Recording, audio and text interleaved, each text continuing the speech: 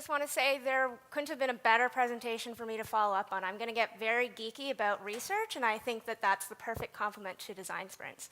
But before I do that, I'm going to take your picture.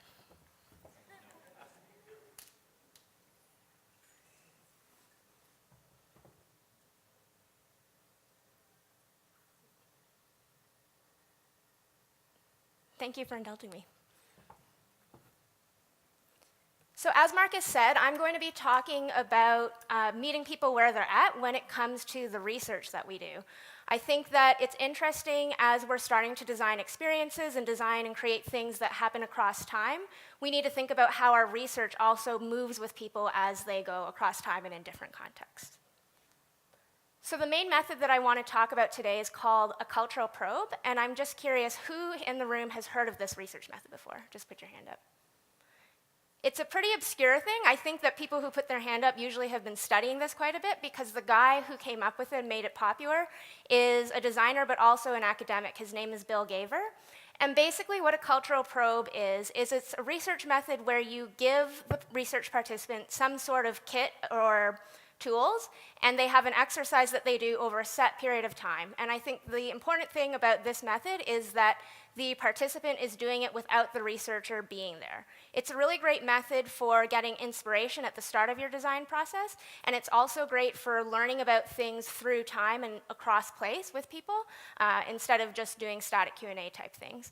So Gaver is pretty specific about what he thinks a cultural probe should be.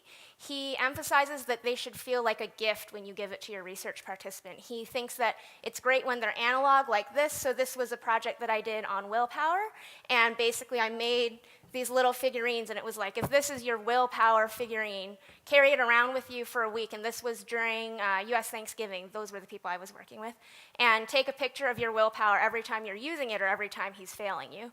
And the notion here is you make them curious about the research activity that you're asking them to participate in by creating the artifacts and making it be a fun thing. So at the end of it, they would mail this back to me. And so I think that's key to how Gaver approaches cultural probes.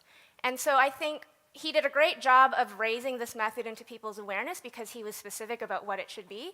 But it's also had cultural probes develop a little bit of a bad rap.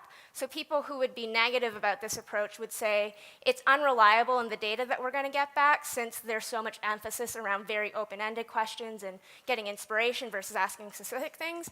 And it's also effortful in terms of the time it takes to create all of this. And so that's the orthodoxy that I'm hoping to flip today with this presentation.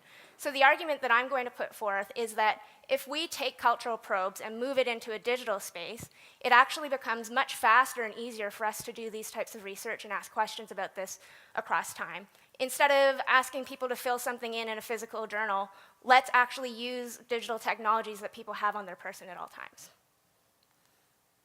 And so there's three main benefits that I'm going to be going over today. I'm going to go over each of these in detail.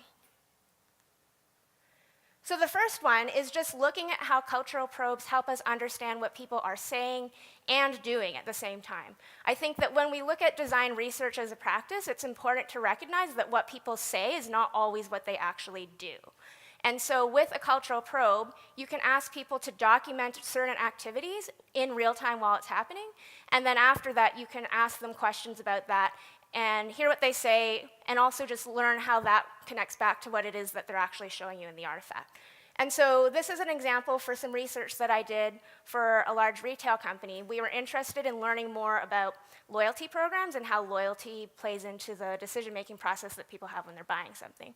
And so for the cultural probe, what I did was I asked each participant to text me a picture of everything they bought for 7 days. And in addition to the photo, just tell me, where were you, what did you get, like some general context information, basically. And then when I had the follow-up interview, I was able to put all of these pictures out in front and say, let's talk about last week. And having these artifacts there really grounded the conversation in terms of what it is that we were able to talk about.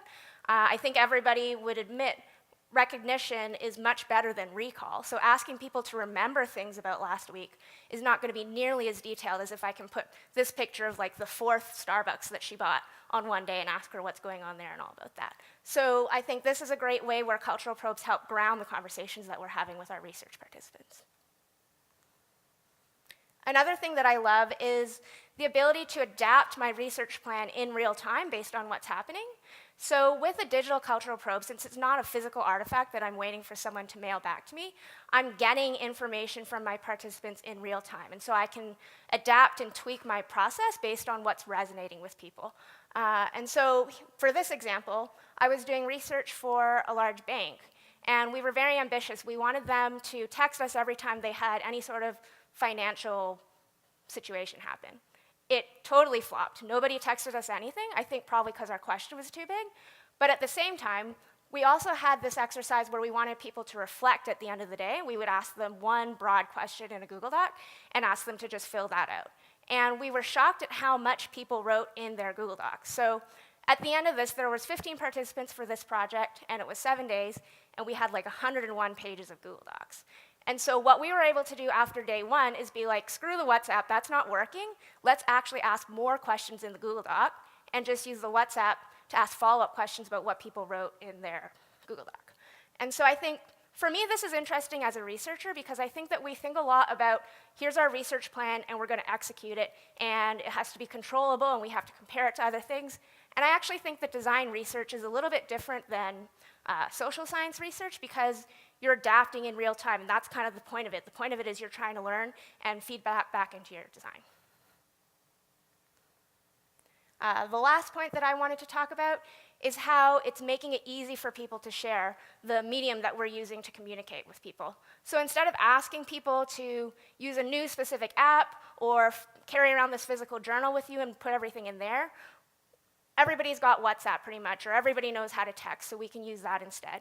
I think that it's really interesting to think about how the conversation between a researcher and a participant changes when you're doing it in the form of text message, because immediately we're so informal and intimate with each other there. It's not precious what we're saying to one another, because think of how many hundreds of texts we send to other people in our lives anyways. And so that helps me build rapport with them. It also helps people not feel like they need to censor what they're telling me. It's just like an almost immediate conversation that gets started. Some other things that we do to help people get used to this. So again, this is some of the stuff that I was doing for that banking project. We made an introduction video to introduce the research team to our participants, and we purposely made it a little bit embarrassing so that nobody needed to worry about the quality of what it was that they were going to be sharing with us for this project. And so it's very embarrassing for me now, but I'm going to show you a little bit of the video.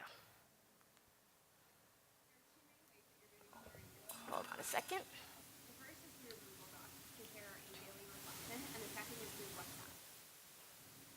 Let's try that again. Do you guys have control over the audio?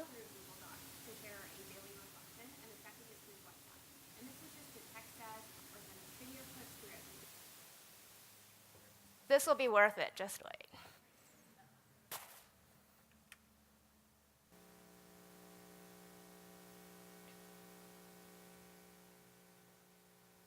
Just to share what's happening. Ways that you're going to be sharing your thoughts and experiences with us. The first is through Google Doc to share a daily reflection, and the second is through WhatsApp. And this is just to text us or send us video clips throughout the day just to share what's happening. Hey again, it's me. So by now you should have received a Google Doc invitation from us. In this folder there's going to be 2 files that you need to know about. The first is a little introduction to our whole research team, and the second most important one is a Google Doc where you'll be writing your daily reflections each day. So what's a daily reflection? Basically, we'll have a new question for you to think about each day at around 4 p.m. and you can fill that out at the end of your day. Throughout the week, we'll be asking you to send your thoughts, reflections, feelings, and activities over text. Have fun with it. Send us photos, audio, video, whatever you want. Feel free to be candid and casual, and remember, it doesn't have to be too precious, like this video. Don't forget that you can also click the button at the top to flip the camera so that it's facing you and you can do a selfie picture or video. We can't wait to see what you share with us this week. Look forward to hearing it. So I think that like very quickly established the tone with our research participants that this was going to be unlike anything else they had ever done.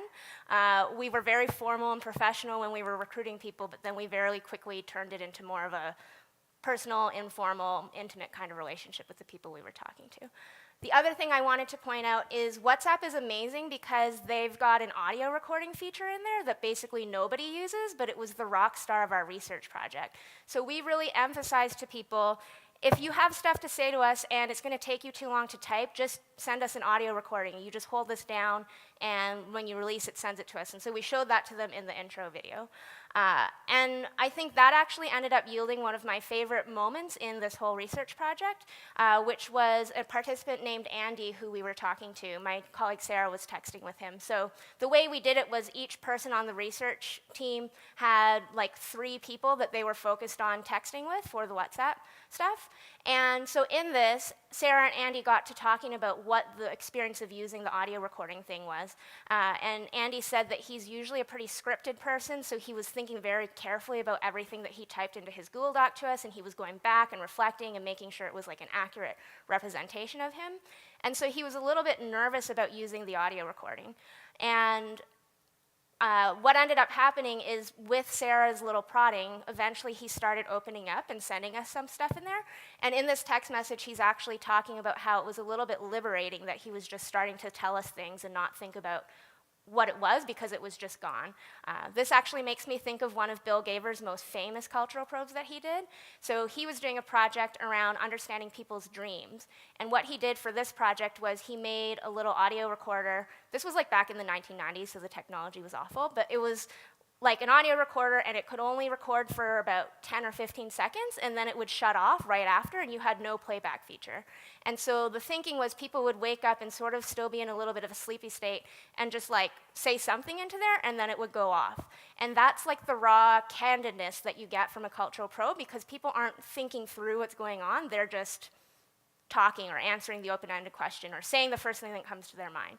And so I got so excited when we finally got to that level of breakthrough with Andy. That was when I knew that this was a research method that I wanted to use as much as possible in any work that I did in the future. And so just to recap, here are 3, I think, great reasons for why it's worthwhile to incorporate digital cultural probes into the research that you're doing.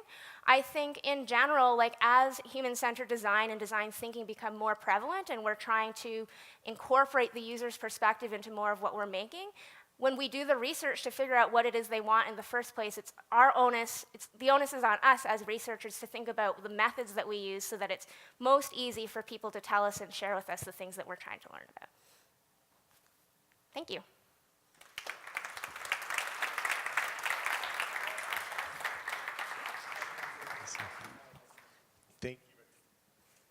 Thank you very much, Janice, too. Are there any questions? I'm sure this is one that a lot of you are going to start using. The more detailed the question, the more geeky, the better.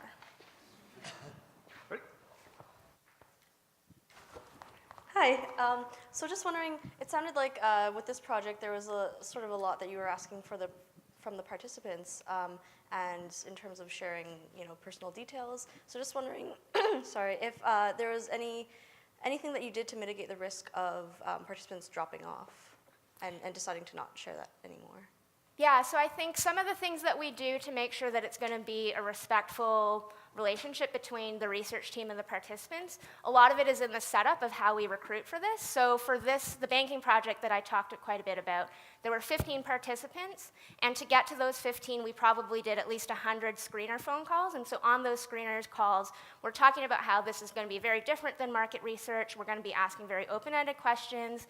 The point is to just hear your perspective about a lot of things. And so in that process, we're looking for people who seem open and ready to just share what comes to mind with them. We also have a pretty detailed consent form that we get them to fill out so that they're aware of what we're going to be doing with all the information.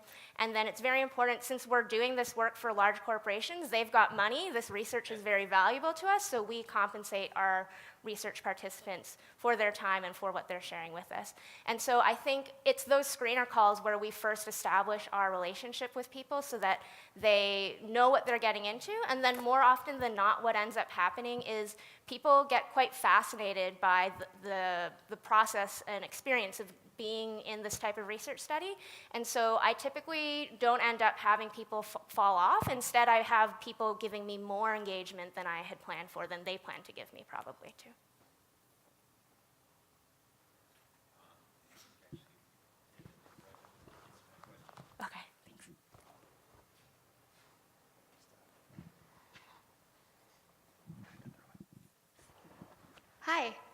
So you mentioned how it's very important to be dynamic with your research process and to adapt.